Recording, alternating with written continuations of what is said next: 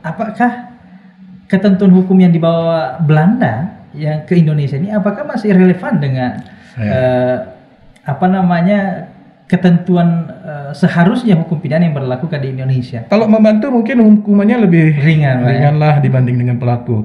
Tapi semuanya itu adalah pelaku, sama dengan pelaku. Dan semua itu dapat diminta pertanggungjawaban pidana.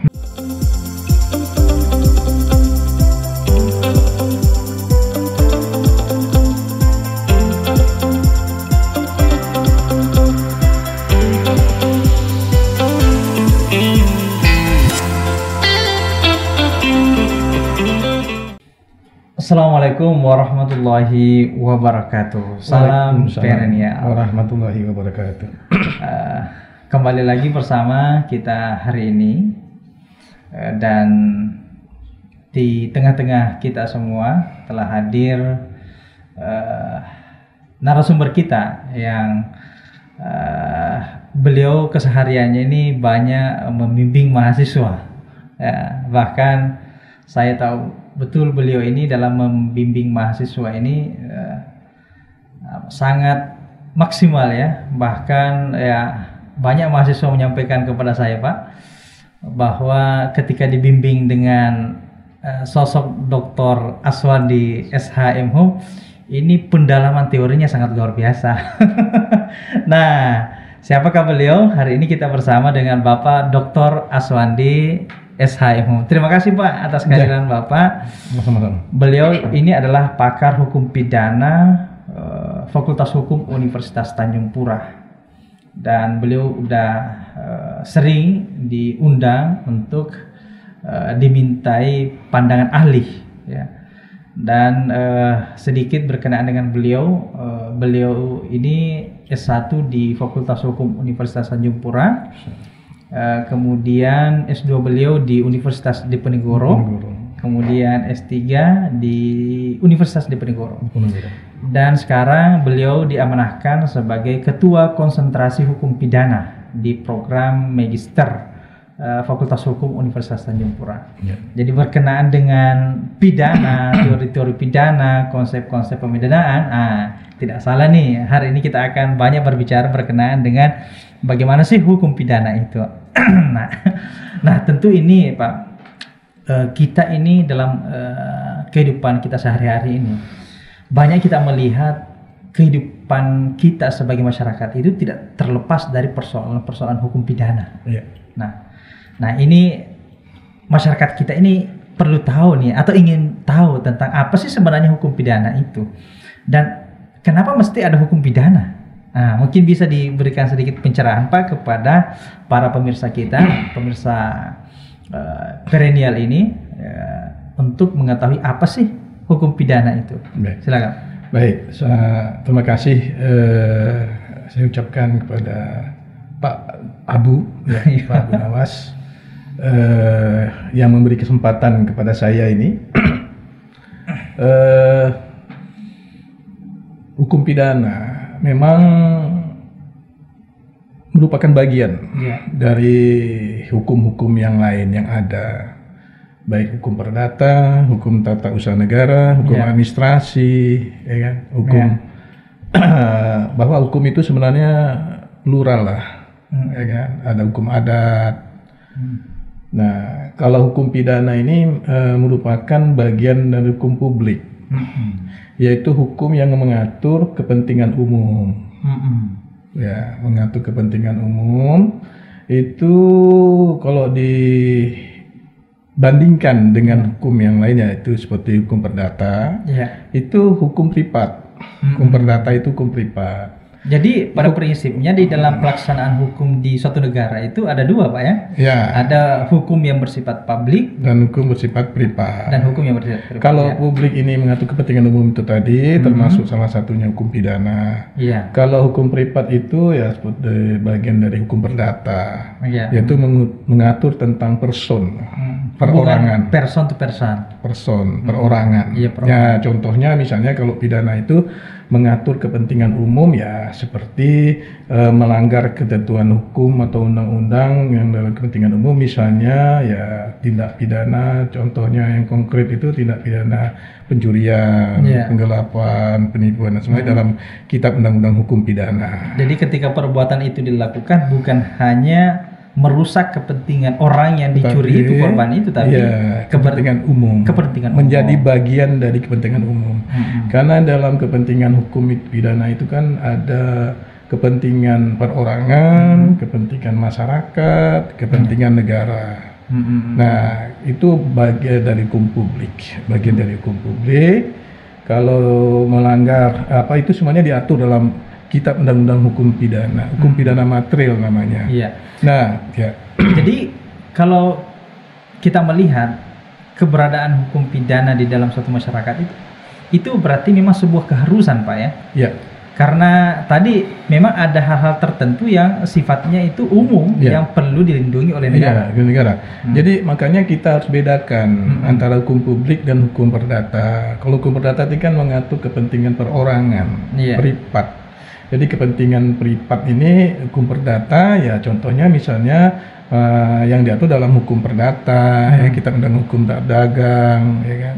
Seperti apa perjanjian jual beli itu semua para privat, privat itu. Nah, maka kita bandingkan dan sanksi juga nanti beda, ya kan? Dalam hukum pidana itu ada namanya hukum pidana material dan hukum pidana formil. Hukum pidana material itu seperti KUHP. Kalau formil itu seperti hukum acara, kitab undang-undang hukum acara pidana undang-undang nomor 8 tahun 81. Nah, itu. Kalau perdata ya hukum perdata seperti kitab undang-undang hukum perdata, kitab hukum dagang, ya itu. Nah, berarti kalau kita berbicara tentang keberadaan konsep hukum pidana, berarti kita tidak hanya berbicara persoalan norma. Ya, karena mungkin itu spesifiknya normanya itu diatur di dalam ketentuan hukum materialnya. Nah, kemudian perlu juga ada pembahasan yang kita ketahui berkenaan dengan hukum formilnya, ya. Hukum acara. Hukum acaranya. Berarti sangat luas juga, Pak, ya, kalau kita berbicara tentang konsep hukum pidana itu. Jadi hukum pidana ini kan juga kalau di negara Indonesia ini kan memang kita itu pernah dijajah. Ketika itu oleh pemerintah Hindia Belanda, kemudian hukum pun pada masa peninggalan Hindia Belanda, ya seperti KUHP yang kita gunakan sampai sekarang ini, itu peninggalan kolonial Hindia Belanda. Nah, itu merupakan hukum material maksud saya. Kemudian hukum acara Undang-Undang Nomor 8 Tahun 81, KUHP, itu hukum acara pidana itu memang produk bangsa Indonesia sendiri. Oh, berarti udah bangsa kita sendiri yang membuatnya. Nah, ini para pemirsa. Tadi ini udah digambarkan oleh Bapak Dr. Aswandi bahwa ternyata keberadaan daripada ketentuan hukum pidana yang berlaku di Indonesia itu masih bawaan dari Belanda, Pak, ya. Belanda. Nah, KUHP.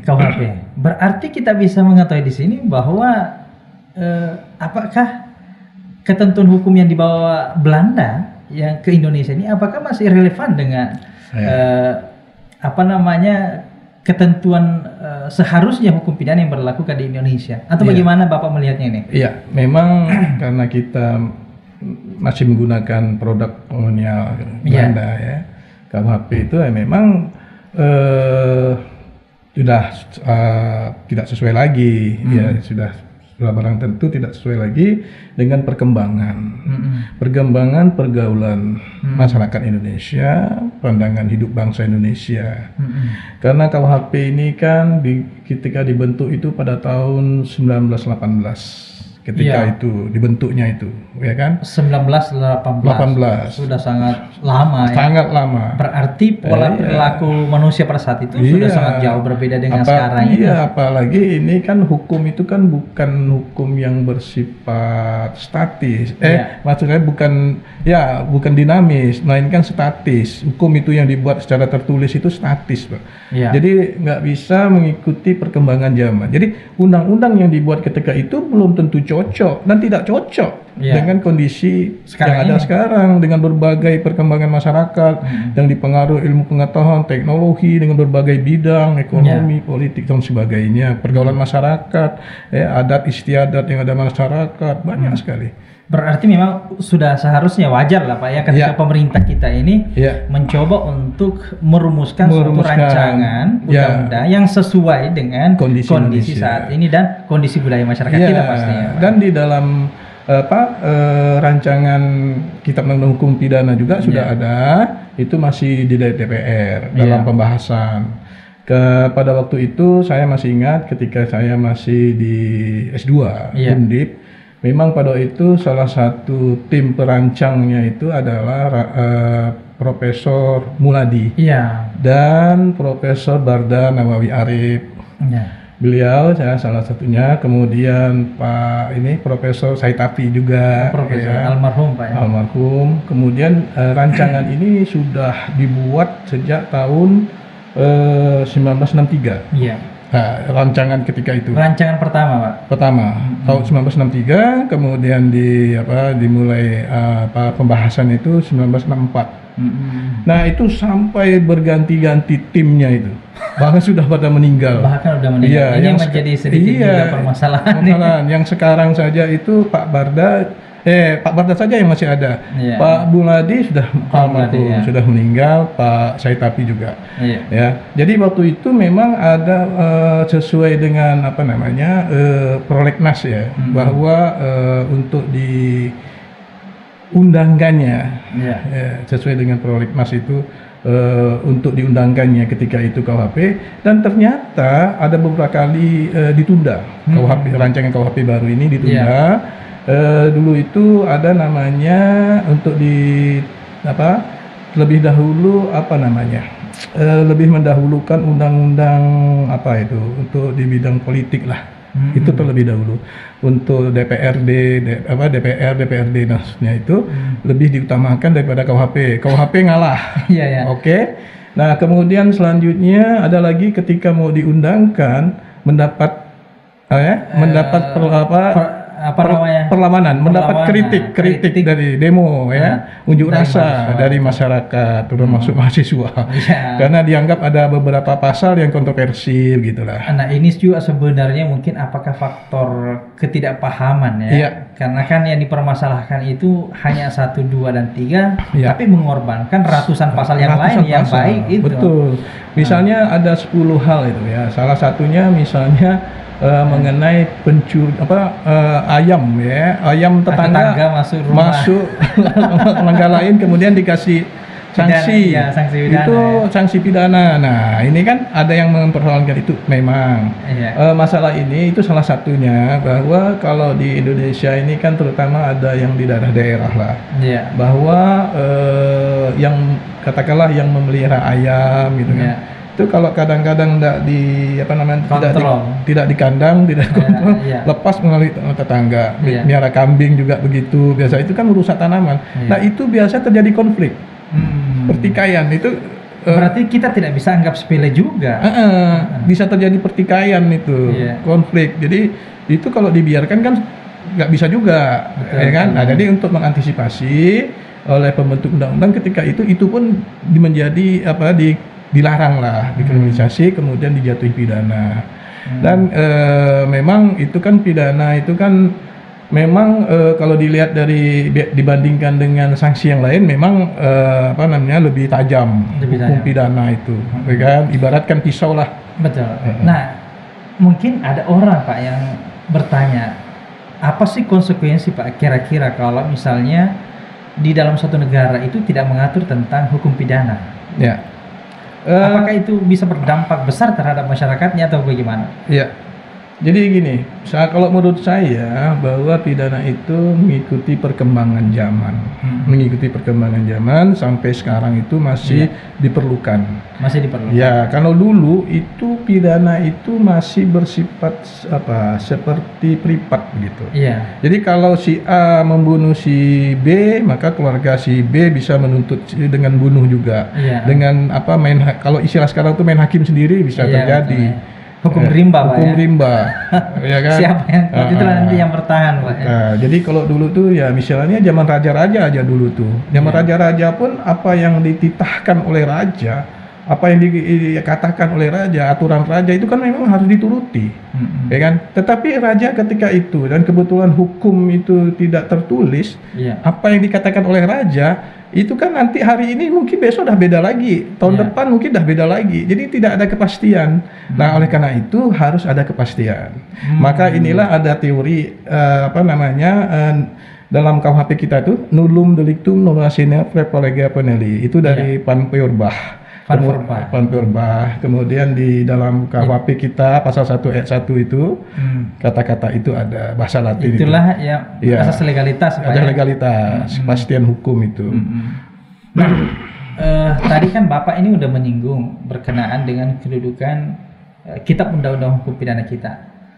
Meskipun ini adalah produk yang masih dibawa oleh penjajah kita, tapi ya karena ini masih diterapkan sampai saat ini belum ada penggantinya. Maka ya kita harus tetap memberlakukannya. Nah, sekarang bagaimana Pak kalau misalnya dengan keberadaan ketentuan dari KUHP kita ini sudah dianggap tidak sesuai lagi dengan kehidupan masyarakat kita. Tadi juga sudah ditanyakan ya.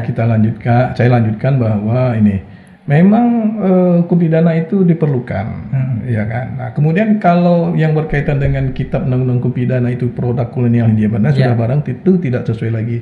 Ada beberapa pasal di dalamnya itu yang mau tidak mau harus disesuaikan sebenarnya. Ada pasal-pasal yang disesuaikan dengan undang-undang, misalnya undang-undang nomor 1 tahun berapa ya, tahun 51 kalau nggak salah itu perubahan untuk disesuaikan dengan kondisi Indonesia. Kemudian ada beberapa pasal, kemudian ada lagi namanya dekriminalisasi. Pasal yang sudah ada dalam KUHP itu dinyatakan tidak berlaku. Yang sudah tidak sesuai lagi. Misalnya penggelandangan, gepeng pengemisan dan pelanggaran itu tidak berlaku dalam KUHP, memang masih ada tapi mengalami dekriminalisasi. Itu apakah perlu ada ketentuan aturan baru yang mengatakan bahwa itu tidak berlaku lagi, atau dengan sendirinya itu tidak berlaku? Itu kalau tidak salah juga sama dengan ini pasal haja etikelen, menyatakan kebencian permusuhan itu. Itu kan pasal itu sebenarnya pasal waktu zaman kolonial Belanda itu untuk mengantisipasi bagi mereka itu untuk melindungi kekuasaan mereka dari rongrongan dari masyarakat Indonesia ketika itu. Artinya mempertahankan status quo. Nah, itu masih dipertahankan ketika Indonesia merdeka ketika itu. Nah, tapi setelah reformasi di judicial review bahwa pasal itu dinyatakan tidak berlaku lagi karena ini menghalangi demokrasi, kan? Nah, ini pemirsa bahwa ternyata ada beberapa ketentuan pasal yang telah dibawa atau yang ada di dalam konsep KUHP kita itu telah dilakukan perubahan. Bahkan ada beberapa pasal dinyatakan tidak berlaku lagi setelah adanya judicial review. Jadi sangat terbuka kemungkinan ketika misalnya dalam pelaksanaan ketentuan Kitab Undang-Undang Hukum Pidana ini dianggap tidak sesuai dengan kehidupan kita sekarang atau bertentangan dengan nilai-nilai yang hidup dalam masyarakat itu, untuk bisa dilakukan judicial review. Bisa saja ya. Bisa saja. Misalnya yang lain, misalnya masalah keluarga berencana misalnya, kan itu kan program pemerintah itu. Nah, padahal di KUHP produk kolonial Hindia Belanda itu yang sekarang berlaku itu ada pasal yang melarang mempertunjukkan, mempertontonkan, menjual alat-alat kontrasepsi itu. Betul. Itu dilarang tuh. Bahkan mungkin dengan adanya undang-undang ETA juga ada juga masuk ke itu. Jadi dengan adanya program keluarga berencana, maka pasal itu tidak bisa diterapkan, tidak dicabut itu. Nah, ini kan Bapak tadi ini udah menyinggung nih, ini udah berkembang pembicaraan kita nih. Pertama kan tadi kalau kita berbicara tentang konsep hukum pidana pada umumnya itu melihat dasar ketentuan normanya itu di dalam KUHP. Nah, tadi Bapak juga menyinggung nih, ternyata ada juga ketentuan di luar daripada KUHP. Ada. Apa perbedaan antara di dalam KUHP dengan di luar KUHP? Karena begini, KUHP itu kan sudah disusun sedemikian rupa pada masa kolonial Hindia Belanda itu ya. Jadi ada secara sistematis lah bahwa dengan ajas legalitas itu tadi, nullum delictum non sine praepalega itu, bahwa ajas legalitasnya di situ, kemudian sedangkan hukum itu berkembang. Iya. Berkembang. Jadi tidak cukup hanya diatur dalam KUHP. Banyak perbuatan-perbuatan yang lain itu harus mau tidak mau harus diatur lagi.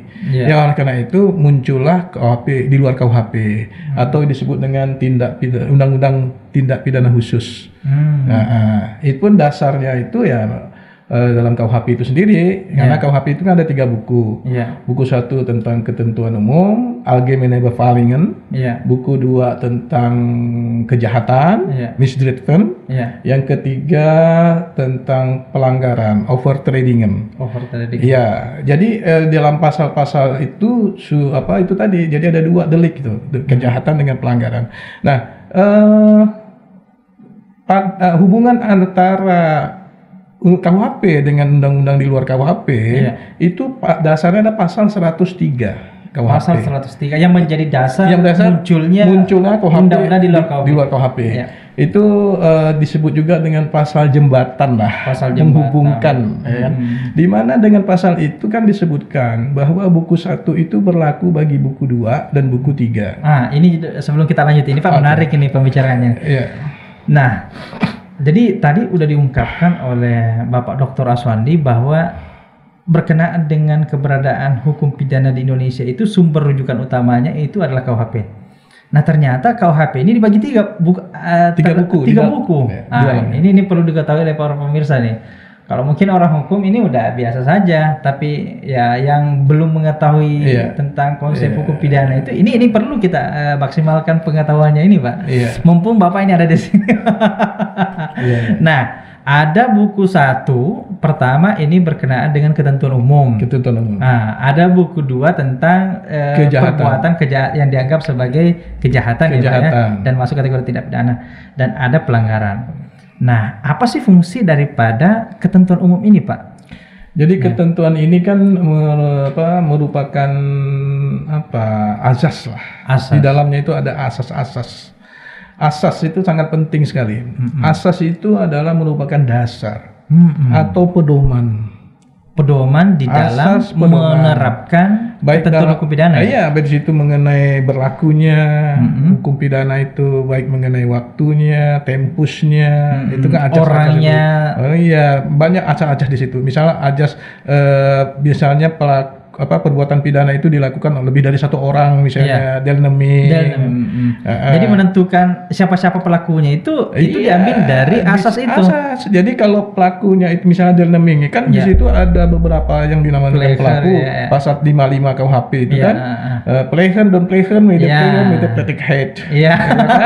Membantu apa itu Pak tadi itu yang Bapak ungkapkan? Itu melakukan perbuatan tindak pidana itu dilakukan orang yang melakukan sendiri. Jadi ada orang yang melakukan tindak pidana. Jadi maksudnya ini kan untuk mempertanggungjawabkan perbuatan itu. Pidana itu. Ya, misalnya gini, terjadi suatu delik, suatu perbuatan pidana atau tindak pidana itu dilakukan oleh lebih dari 2 orang. Nah, misalnya saya berikan contoh, misalnya si A ingin mencuri rumah si B. Si A mencuri rumah si B, dia bekerja sama dengan pembantunya. Ya kan? Dia untuk masuk ke rumah si B, si B tadi, ya kan, menggunakan tangga, ya kan, menggunakan tangga ini si C yang membantu menyediakan tangganya, di pagar itu untuk masuk meloncat ke rumah si B, itu sudah peserta juga tuh. Turut serta. Itu kemudian pembantu lagi menyediakan kesempatan.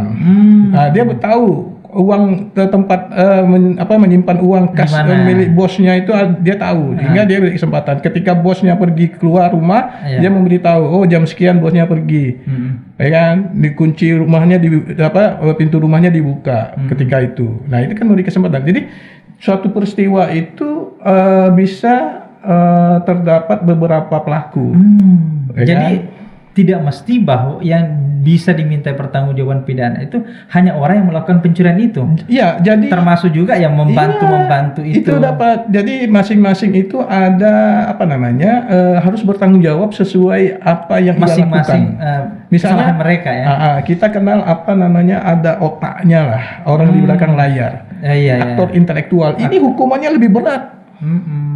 Jadi meskipun dia tidak melakukan perbuatan itu secara kasat mata, iya, dia otaknya ini. Tapi kalau dia dilihat dari segi rentetan perbuatannya, sama dengan pelaku dia, pelaku utama. Dianggap sebagai pelaku perbuatan pidana itu. Iya. Kalau membantu mungkin hukumannya lebih ringan lah dibanding dengan pelaku. Tapi semuanya itu adalah pelaku, sama dengan pelaku. Dan semua itu dapat diminta pertanggungjawaban pidana. Nah, ini para pemirsa memperlihatkan bahwa sangat penting keberadaan ketentuan umum itu yang menjadi asas atau landasan di dalam menjalankan ketentuan-ketentuan hukum pidana itu. Nah, kalau tidak ada misalnya ketentuan yang tadi, susah. Kan pasal itu tidak menjelaskan itu sama siapa-siapa saja yang melakukan perbuatan itu. Kemudian tadi saya tambahkan Pak Abu bahwa buku 1 berlaku bagi buku 2 tentang kejahatan, berlaku juga bagi buku 3 tentang pelanggaran, dan berlaku juga bagi di luar KUHP.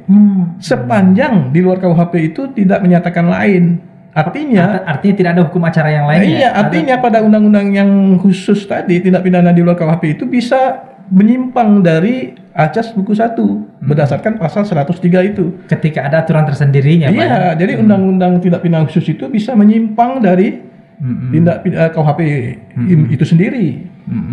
Jadi memang peranan asas ini sangat luar biasa pengaruhnya. Ya, itu yang kita bicara tadi itu hukum materialnya. KUHP kan hukum material. Kalau hukum formil juga begitu. Hukum acara itu ada cara khusus dan umum. Kalau Kitab Undang-Undang Nomor 8 tahun 81 itu umum hukum acaranya. Yang diberlakukan pada konteks hukum pidana pada umumnya yang diatur dalam KUHP. Tapi di samping itu ada juga yang khusus. Hukum acara itu. Misalnya tindak pidana misalnya ekonomi misalnya. Itu khusus tuh. Jadi boleh menyimpang dari asas pada buku 1 dia. Ya kan? Misalnya tindak pidana ekonomi itu dalam hukum acara itu kan Undang-Undang Nomor 8 itu kan ada pembatasan penahanan misalnya. Tapi tindak pidana ekonomi tidak perlu. Artinya ada ketentuan yang lain yang membolehkan itu. Membolehkan. Tapi ketentuan itu tidak boleh diberlakukan ke perbuatan pidana yang lainnya. Boleh. Khusus yang diatur oleh undang-undang itu saja. Tindak pidana ekonomi saja. Karena dia dianggap tindak pidana khusus. Ya, dan kejahatan di bidang ekonomi ini misalnya justru mengganggu perekonomian. Artinya resikonya besar sehingga ada aturan tersendiri yang mengatur. Nah, wah, ini menarik para pemirsa ini. Jadi di dalam melihat pelaksanaan daripada ketentuan hukum pidana itu tidak boleh sama sekali lepas dari asas, Pak ya. Nah, gimana nih kalau misalnya ada satu perbuatan? Gini Pak. Itu saya bisa lanjutkan tadi itu asas pada pasal asas legalitas pasal 1 ayat 1 tadi KUHP. Nullum delictum non lascena propelega penale, itu asas legalitas. Bahwa suatu perbuatan itu tidak bisa disebut tindak pidana kalau belum ada aturan yang mengatur terlebih dahulu. Iya, jadi dasarnya harus ada aturannya dulu. Tetapi di sini asas legalitas itu ada 2. Sifat melawan hukum itu ada 2. Sifat melawan hukum formil, sifat melawan hukum material. Ini menarik ini pemirsa ini. Ini udah mulai sedikit dibuka oleh beliau ini. Sifat melawan hukum formil asas pasal 1 itu tadi. Nullum delictum non lascena propelega itu tadi. Itu sifat melawan hukum formil. Jadi sifat melawan hukum itu kan asalkan diatur oleh undang-undang secara tertulis. Itu untuk demi kepastian hukum. Sifat melawan hukum formil secara tertulis yang diatur undang-undang. Tertulis dalam ketentuan undang-undang. Baik. Sedangkan sifat melawan hukum secara material itu adalah setiap perbuatan yang bertentangan norma yang hidup di dalam masyarakat. Jadi meskipun budaya masyarakat, norma yang ada masyarakat. Meskipun tidak diatur di dalam undang-undang. Apa konsekuensinya itu, Pak? Itu sifat melawan hukum itu asalkan normanya bertentangan dengan norma masyarakat yang tidak diatur oleh hukum itu, itu bisa saja menjadi aturan-aturan yang digunakan karena hukum kita bisa dipidana. Bisa. Karena begini, contohnya masalah hukum adat. Ya kan? Di masyarakat kita itu kan Indonesia ini plural. Kita katakan bahwa hukum itu bukan hanya tertulis saja, tetapi hukum tidak tertulis seperti adat istiadat, hukum adat, kebiasaan itu, ya kan? Nah, itu tidak tertulis pada umumnya, tetapi juga mempunyai aturan hukum itu. Nah, nanti sifat melawan hukum material Itu kan itu tadi menggunakan sifat melawan hukum material, misalnya nanti di dalam rancangan KUHP yang baru juga menyerap itu. Nah, ini menarik ini sebelum dilanjut ini. Sebenarnya berdasarkan hasil penelitian, ini orang barat yang melakukan penelitian bahwa ladang berpindah itu bukan merupakan sumber terjadinya kebakaran hutan yang ada di Indonesia. Kan ada juga ini, karena muncul pertanyaan ini Pak. Apakah semua orang yang melakukan suatu perbuatan pidana atau tindak pidana itu pada akhirnya mesti dipidana?